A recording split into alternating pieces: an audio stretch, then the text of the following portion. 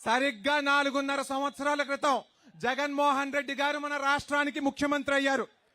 ఎవరైనా మన రాష్ట్రాన్ని గనక పరిపాలించారు అంటే ఆ పరిపాలన మంచిగా ఉండాలి, ప్రజలు అందులో మంచి జీవన ప్రమాణాలతో ఉండాలి, ప్రజలందరికీ కూడా మంచి జరగాలి.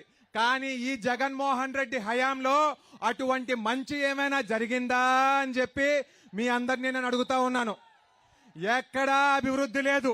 ఇస్తా ఉన్న సంక్షేమం కూడా అరకొరగా ఇస్తున్నారు. 100 రూపాయలు ఇచ్చారంటే 200 రూపాయలు మన దగ్గర నుంచి లాక్కుంటున్న మాట వాస్తవమా కాదా? జగన్మోహన్ రెడ్డి సీఎం అవ్వక ముందు నేను ఉన్నాను, నేను విన్నాను అని చెప్పి ఏవేవో మాటలు చెప్పారు. కానీ ఈ రోజున తాడేపల్లి కొంపలో ఆయన ఉంటున్నారే తప్ప బయటికి అసలు అతను రావట్లేదు. మన రాష్ట్రం మొత్తాన్ని కూడా సామంతరాజుల్లాగా 5 మందిని, వాళ్ళ కులానికి చెందిన 5 మందిని పెట్టి వాళ్ళ ద్వారానే మన రాష్ట్రాన్ని నడిపిస్తా ఉన్నారు.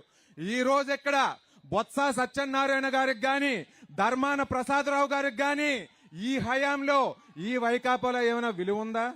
అప్పుడు కాంగ్రెస్ హయాంలో వీళ్ళందరూ ఏదో పవర్ ఉన్నట్టుగా పెద్దగా చూపించుకునేవారు. మరి ఈ రోజున ఏంటండి పరిస్థితి? సాధారణ ఎమ్మెల్యేలాగే ఉంది. ఆ సాధారణ ఎమ్మెల్యేలు కూడా ముఖ్యమంత్రిని చూసి 4.5 సంవత్సరాలు అయ్యిందంట. ఈ రకంగా జగన్మోహన్ రెడ్డి తీరుంది. అట్లాగే అతని మనస్తత్వం ఏంటో కూడా మనం అందరం కూడా గుర్తించుకోవాలి. ఎందుకంటే ఒక నాయకుడికి అన్నిటికంటే ముఖ్యమైనది మంచి మనస్తత్వం. కానీ జగన్మోహన్ రెడ్డి గారి మనస్తత్వం ఏంటి అంటే ప్రతి ఒక్కరి మీద కేసులు పెట్టించాలి. ఎవరైనా ఎదురు తిరిగారంటే వాళ్ళ గొంతుకు హరించేయాలి, వాళ్ళ గొంతుకు నొక్కేయాలి. చివరికి తన సొంత చెల్లి తనకి ఇంట్లో ప్రాధాన్యత లేకపోవడం వల్ల ఇంటి బయటకు వచ్చి వేరే పార్టీలోకి వెళ్లి అక్కడ ఆమె ప్రజాస్వామ్యకంగా మాట్లాడుతున్నా ఆమె మీద కూడా అసభ్యకరమైన పోస్టింగులు వైకాపా సోషల్ మీడియా పెడతా ఉంది అంటే జగన్మోహన్ రెడ్డి అది కంట్రోల్ చేయలేడా అండి? జగన్మోహన్ రెడ్డి కంట్రోల్ చేయలేడా? తన సొంత చెల్లి విషయంలో కూడా జగన్మోహన్ రెడ్డి ఆ రకంగా వెళ్తా ఉన్నాడు. ఇంకా మన ఉత్తరాంధ్రకు వస్తే మన నాయకులందరి మీద కూడా కేసులు పెట్టారు.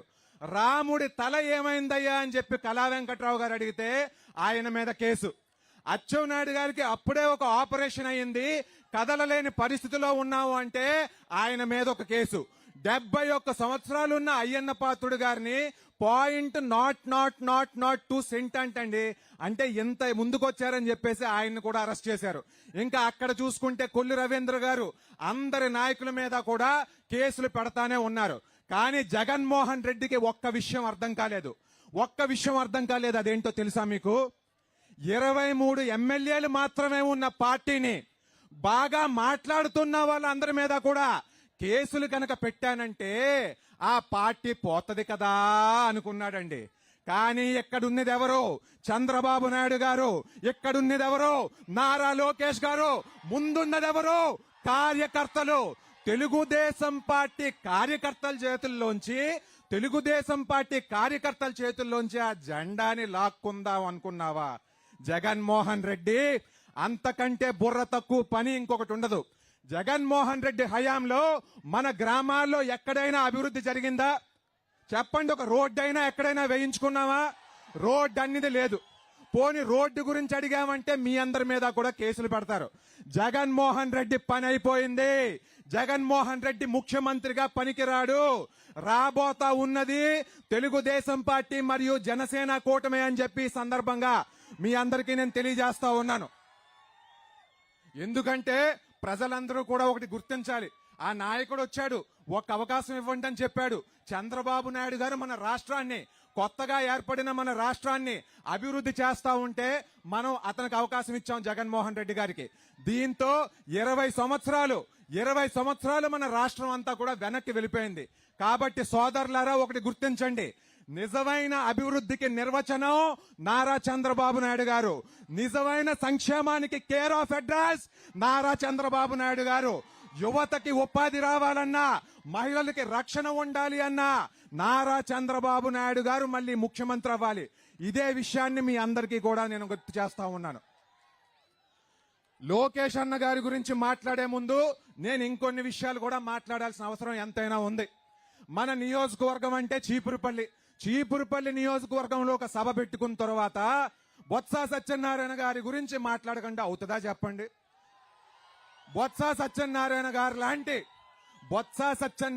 లాంటి గారు లాంటి అవినీతి మంత్రి మన రాష్ట్రంలో ఇంకొకరు ఉన్నారా అన్న? ఈ విషయం నేను ప్రశ్నిస్తే నాగార్జున గౌరవం లేదు అంటారు. ఏమన్నాను బొత్స సత్యనారాయణ గారు? మీరు మాట్లాడిన అవినీతి గురించి నేను అడగకూడదా? ఈ జిల్లాలో మద్యం సిండికేట్లు నడిపింది మీరు కాదా? 100 రూపాయల సీసా మీద 20-30 రూపాయలు పెంచుకుని మీ జోబీల్లో వేసుకున్నది మీరు కాదా? వోక్స్ వాగన్ ఉత్తరాంధ్ర నుంచి తరిమి కొట్టేసింది మీరు కాదా? మీరు భారీ పరిశ్రమల శాఖ మంత్రి కింద ఉన్నప్పుడు చీపురుపల్లికి ఏమైనా చేశారా? హౌసింగ్ మంత్రిగా ఉన్నప్పుడు పేదవాడికి ఇల్లు కట్టించాల్సింది పోయి మీ నాయకులందరూ కూడా దొంగ బిల్లులు తీసుకుని వాళ్ళు కోటీశ్వర్లు అయ్యారే తప్ప మనుషులకి ఏమీ జరగలేదని గుర్తు చేస్తా ఉన్నాను. అదే రకంగా ఇప్పుడు వైకాపా ప్రభుత్వంలో బొత్స సత్యనారాయణ గారికి అయితే ఏ పవరు లేదు.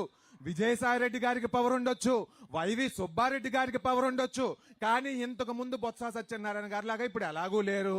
అలాగని చెప్పి పోనీ చీపురుపల్లికి ఏమైనా అభివృద్ధి చేశారంటే ఈ 4.5 సంవత్సరాల్లో మీరు చేసింది ఏంటి అని చెప్పి ఒక పేపర్ విడుదల చేయగలరా బొత్స సత్యనారాయణ గారు? అలాగే విద్యాశాఖ మంత్రిగా మీరున్నారు. నేను అనుకున్నాను విద్యాశాఖ మంత్రిగా ఇతను పెట్టేశారు, ఈ శాఖలో అవినీతి ఉండదేమో, బొత్స సత్యనారాయణ గారు ఏంటి ఎక్కడున్నారు అని చెప్పి నేను అనుకున్నాను. కానీ ఒకటి అడుగుతా ఉన్నాను బొత్స సత్యనారాయణ గారు, రెగ్యులర్ కౌన్సిలింగ్ అయిపోయిన తర్వాత 12 మంది టీచర్లని మీరు అక్రమంగా ఎందుకు బదిలీ చేశారని చెప్పి మొదటగా అడుగుతా ఉన్నాను. అదే రకంగా మీరందరూ కూడా గ్రామీణ ప్రాంతాల్లో ఉన్నారు. అమ్మ ఒకటి చెప్పండి, స్కూల్ బ్యాగులు విద్యా కానుక కింద ఇస్తా ఉన్నారు కదా, ఆ స్కూల్ బ్యాగులు పిల్లలకి ఏవైతే ఇస్తున్నారో అవి 3 రోజుల్లో పోవట్లేదా? 3 రోజుల్లో చిరిగిపోవట్లేదా? ఎందుకు చిరిగిపోతా ఉన్నాయంటే ఆ శాఖలో తీవ్రమైన అవినీతి జరుగుతూ నకిలీ బ్యాగులు ఇస్తా ఉన్నారు, క్వాలిటీ లేని బ్యాగులు ఇస్తా ఉన్నారు. దీన్ని కూడా మీరు అందరూ గుర్తించాలి. అలాగే మొన్న పేపర్లో ఇంకోటి కూడా చూశానండి. చివరికి స్కూల్ పుస్తకాలు ప్రింటింగ్ లో కూడా అవినీతే. కేజీ ఉన్న దగ్గర 110 రూపాయలు ఉన్నప్పుడు ఒక్కొక్క పేపరు ప్రింటింగ్ కి 34 పైసలండి. ఇప్పుడు కేజీ పేపర్ 85 రూపాయలు అయిపోయిన తర్వాత కూడా అదే 34 పైసలు చేస్తున్నారు. అంటే పిల్లలకి ఇచ్చే పుస్తకాల్లో కూడా అవినీతి చేసి దండుకుంటా ఉన్నారు. ఇకపోతే మన నియోజకవర్గంలో బొత్స సత్యనారాయణ గారి గురించి మాట్లాడుకుంటే ఒకటే సూటిగా ప్రశ్నిస్తా ఉన్నాను, ఆర్ఈసీఎస్ స్వయం ప్రతిపత్తి కలిగిన సంస్థ లేదంటే ఏపీఈపీడీసీఎల్ లో మీరు కలిపేశారా చెప్పండి బొత్స సత్యనారాయణ గారు. ఇంకేమీ వద్దు, ఎందుకంటే బోర్డు చూస్తే ఆర్ఈసీఎస్ లో ఉంటది, కానీ మనకు బిల్లు ఎక్కడి నుంచి వస్తుంది? ఏపీఈపీడీసీఎల్ నుంచి వస్తుంది. 40 సంవత్సరాలుగా చీపురుపల్లికి ఒక బ్రాండ్ వాల్యూ ఉన్న ఆర్ఈసీఎస్ సంస్థను కూడా బొత్స సత్యనారాయణ గారు బోర్డులోకి కలపకుండా ఆపలేకపోయారు. అంటే ఆయన పనితీరు ఏ రకంగా ఉందో చూసుకోండి. తోటపల్లి కాలువ గురించి మనం మాట్లాడుకోవాల్సిన అవసరం ఉంది. తోటపల్లి తెలుగుదేశం పార్టీ హయాంలో మనం ఎంతవరకు అయితే పూర్తి చేశామో సుమారు 91% మనం పూర్తి చేయడం అనేది జరిగింది. దాని తర్వాత కనీసం 1% వీళ్ళు చేయగలిగారా? పూడిక తీతలు తీయగలిగారా? మెయింటెనెన్స్ పనులైనా చేయగలిగారా? అంటే తోటపల్లి ప్రాజెక్టుకి సంబంధించిన మెయింటెనెన్స్ పనులు కూడా మీరు చేసుకోలేకపోతే బొత్స సత్యనారాయణ గారు, ప్రజలు మీకు ఇంకొక అవకాశం ఎందుకు ఇవ్వాలి?